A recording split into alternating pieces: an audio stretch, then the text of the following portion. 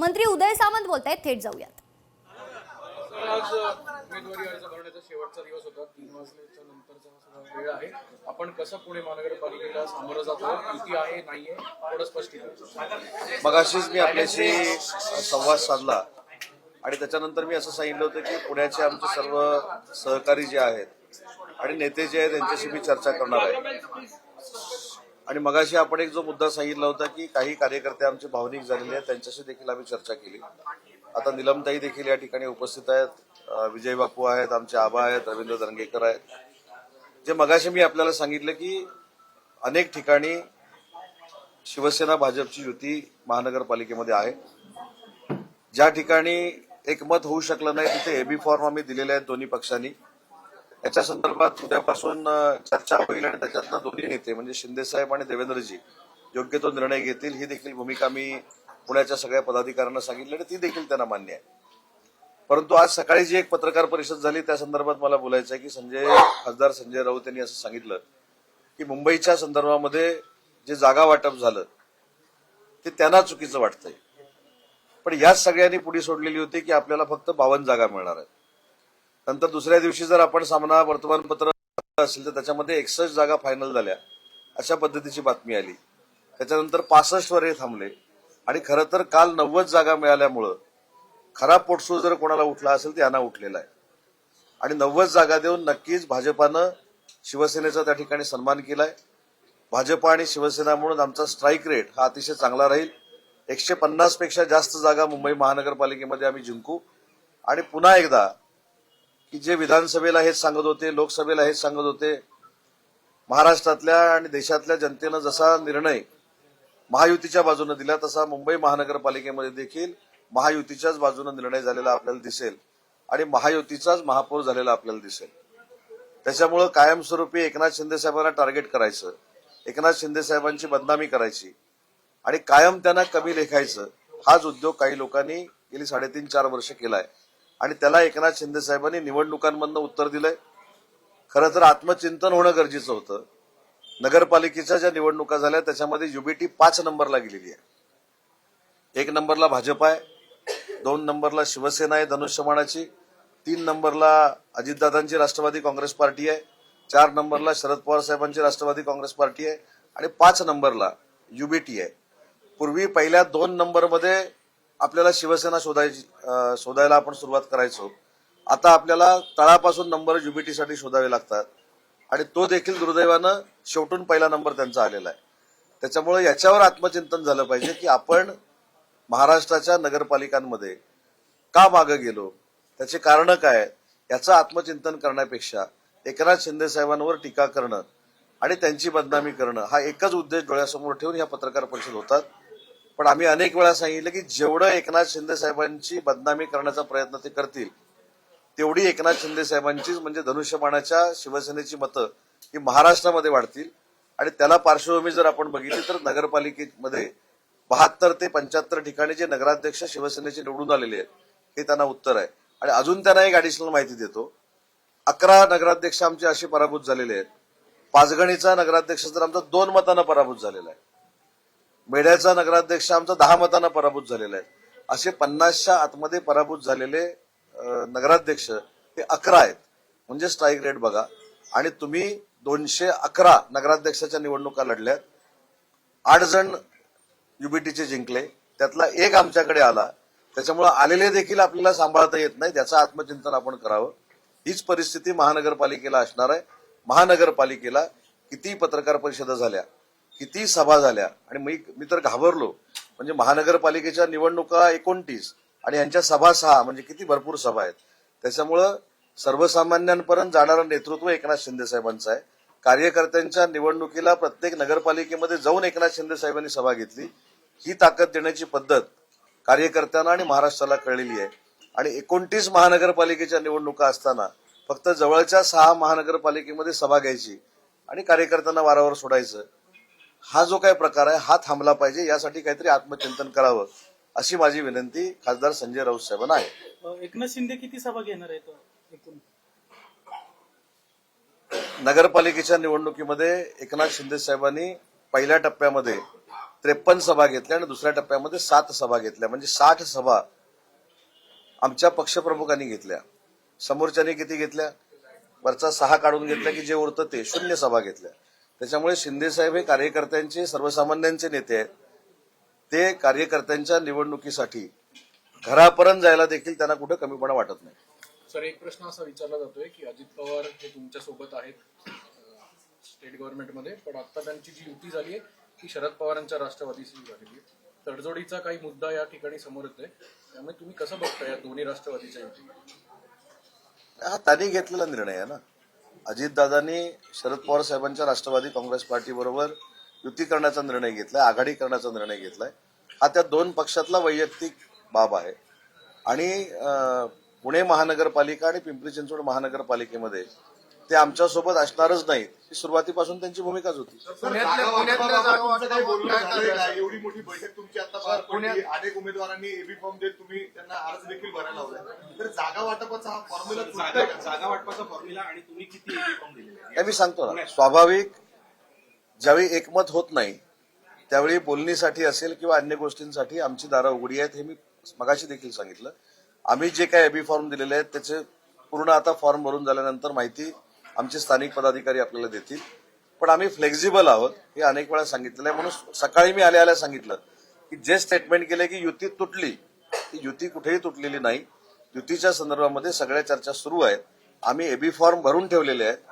जी काही तडजोड मुख्यमंत्री आणि उपमुख्यमंत्री करतील ती आम्हाला बीजेपीच्या आणि आमच्या आपल्या शिवसेनेच्या कार्यकर्त्यांना मान्य करावं लागेल.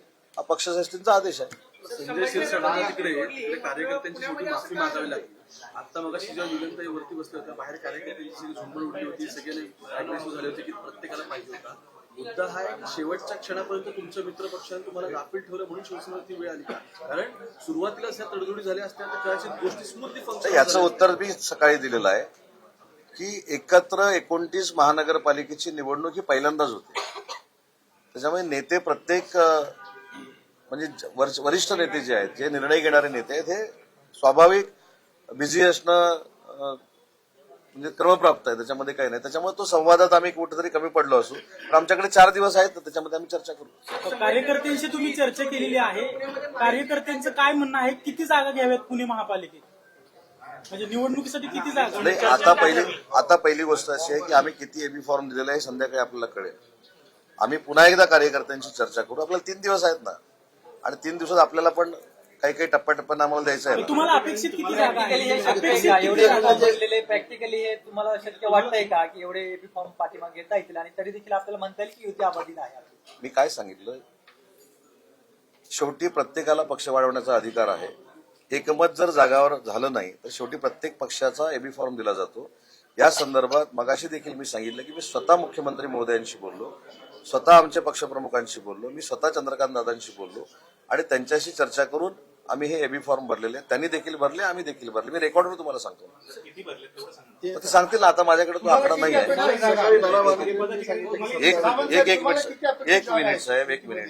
आपण प्रत्येक गोष्ट निगेटिव्ह घेण्यापेक्षा थोडं आपण पॉझिटिव्ह घेऊ. आताही फॉर्म भरण्यासाठी प्रचंड गर्दी त्या कार्यालयामध्ये आहे. आता मी तुम्हाला सांगितलं की आम्ही अमुक अमुक फॉर्म भरले आणि त्याच्यात 20 वाढले, तर अजूनही तिथे आहेत ना. त्याच्यामुळे ती यंत्रणा पूर्ण सुरळीत होते, आमच्याकडे आकडेवारी येऊ दे आणि मग तुम्हाला आम्ही सांगून नाही कुठे मोठं. भारतीय जनता पार्टीकडून किती जागा पाहिजेत हे तुम्ही ठामपणे का सांगू शकत नाहीये की आम्हाला एवढ्या युतीमध्ये जागा हव्या आहेत किंवा कार्यकर्ते? पण मला काय असं वाटतं की तुम्हाला वाटतं की आम्ही ठामपणानं सांगावं, पण आम्हाला जर वाटतच नसेल ठामपणानं सांगावं. आम्ही जसं मुंबई महानगरपालिकेमध्ये तुम्हाला आश्चर्याचा धक्का दिला 90 जागा घेऊन, तसं जर द्यायचं असेल पुण्यामध्ये आणि तुम्हाला पण 3-4 दिवस हे मिळेल ना की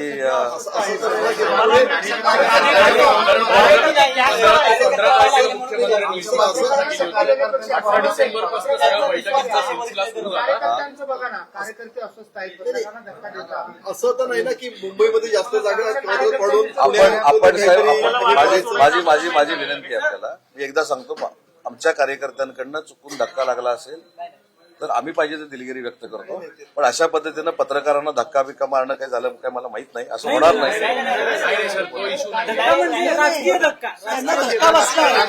तुम्हाला धक्का बसला त्याला धक्का बसला राजकारणामुळे. म्हणजे माझ्या लक्षात आलं. नाही नाही, त्यांना पत्रकारांना बसलेल्या धक्काबाबत बोलता येईल. अर्धा राजकीय होता. आम्हाला असे फॉर्म भरावे लागले म्हणून त्यांना धक्का बसला असं मला वाटतं. छत्रपती संभाजीनगरमध्ये तुम्ही युती तोडली, अखेरच्या क्षणी जाहीर परत एकदा सांगतो, पुण्यामध्ये तुम्ही किती वेळा युती तोडली म्हणून माझ्याकडनं काही वदवून घेण्याचा प्रयत्न करत असाल तरी मी सांगतो की संभाजीनगरमध्ये देखील एबी फॉर्म भरले गेलेले आहेत. त्याच्यावर सांगोपांग चांगली चर्चा होईल आणि त्याच्यातनं चांगला निर्णय होईल. फॉर्म माघारी घ्यायच्या आधी फॉर्म माघारी भारतीय नेते म्हणतात की आमच्यासोबत त्यांनी युती तोडली आहे, तुम्ही म्हणतात की युतीची चर्चा सुरू आहे. तुम्ही सकाळी कदाचित होता की नाही मला माहित नाही. मी असं तुम्हाला सांगितलं की शिवसेनेमार्फत अधिकृत भूमिका एकनाथ शिंदे साहेबांच्या निर्देशानं मी मांडतोय. मला ते अधिकार आजच्या दिवसापुरते साहेबांनी दिलेले आहेत. त्याच्यामुळे मी तुम्हाला सांगितलं की जरी संजय राठोड साहेबांनी किंवा संजय शिरसाट साहेबांनी त्यांच्या भावना व्यक्त केल्या असल्या त्या बघूनच मला साहेबांनी सांगितलं की पक्षाच्या भूमिका ही मांडली मी. भाजपच्या नेत्यांनी सांगितलं की शिवसेना आमच्यासोबत युती तोडली आहे. तुम्ही म्हणतात की माननीय बावनकुळे साहेबांनी सांगितलं का? माननीय देवेंद्रजी फडणवीस साहेबांनी सांगितलं का? माननीय रवींद्र चव्हाण साहेबांनी सांगितलं? मंत्री अतुल सावे जे पालकमंत्री आहेत, परत बागवट कराडचे स्थानिक नेते आहेत, ते जर ऑन कॅमेरा साहेब, माहितीमध्ये संवाद नाही असं म्हणायचं मला. तुम्हाला काय म्हणायचं तुम्ही ठरवा. मुद्दा हाच आहे. परत कदाचित चौथ्यांदा माझं रिपीट होईल. काय तुमचे शब्द प्रयोग असतील, युती तुटली, युती तोडली, कुठेही युती तोडलेली नाही. पुण्याच्या बाबतीत मगाशी देखील मी सांगितलं आणि तोच क्रायटेरिया महाराष्ट्रामध्ये आहे. जिथं जिथं अशा पद्धतीचे एबी फॉर्म भरले गेलेले आहेत त्याच्यामध्ये आम्ही संवाद साधू. आम्हाला सारख्यांना तिथं जावं लागलं तर आम्ही तिथं जाऊ, पण आम्ही तुम्हाला चांगला रिझल्ट देऊ. तुम्ही म्हणता पॉझिटिव्ह बोला तर माझ्याकडे पॉझिटिव्ह प्रश्न आहे. मला असं म्हणणं आहे की पुण्यात शिवसेनेच्या वृद्धीसाठी तुम्ही भाजपच्या किती लोकांना एबी फॉर्म मागे घ्यायला लावणार तुमच्या वृद्धीसाठी? ती यादी जाहीर झाल्यावर कळेल ना तुम्हाला. तुमच्या जागा किती निवडून किती? पुण्यामध्ये पत्रकार सगळ्यात जास्त ज्या पक्षाची दखल घेतील तो पक्ष शिवसेना असेल, धनुष्यबाणाचा. साहेब प्रश्न असा आहे की अनेक तुमच्या जे पुण्यातले पदाधिकारी आहेत त्यांनी भाजपसोबत बैठक केली. तुम्ही देखील आज पुण्यात आलाय. तुम्ही युतीसाठी आग्रही असल्याचं दिसतंय, पण भाजप युतीसाठी आग्रही नाही. मग शिवसेना भाजपच्या पाठीमागे लागली का की आमच्याशी युती करा? पण मी काय म्हणतो, आपण आता मगासपासून प्रश्न उत्तर करतोय. महत्वाचा प्रश्न साहेब. शिवसेना पाठीमागे लागली का प्रश्न तोच भाजपच्या? असला तरी उत्तर पण तेच आहे. प्रश्न जरी वेगळा असला तरी उत्तर तेच आहे. ज्या ठिकाणी एकमत होऊ शकलं नाही तिथं एव्ही फॉर्म वाटल्याची माहिती उदय सामंतांनी दिलेली आहे. पुण्यातून मंत्री उदय सामंत माध्यमांशी संवाद साधत होते. ज्या ठिकाणी एकमत होऊ शकलं नाही तिथे एव्ही फॉर्म वाटले असं त्यांनी म्हटलेलं आहे. आम्ही मुंबईसारखा पुण्यातून देखील आश्चर्याचा धक्का देऊ असं सूचक विधान मंत्री उदय सामंतांनी केलेलं आहे. तर उदय सामंतांच्या वक्तव्याच्या संदर्भातली महत्वाची बातमी आपण पाहतोय. नाराजी नाट्याच्या संदर्भात देखील त्यांनी प्रतिक्रिया दिलेली आहे.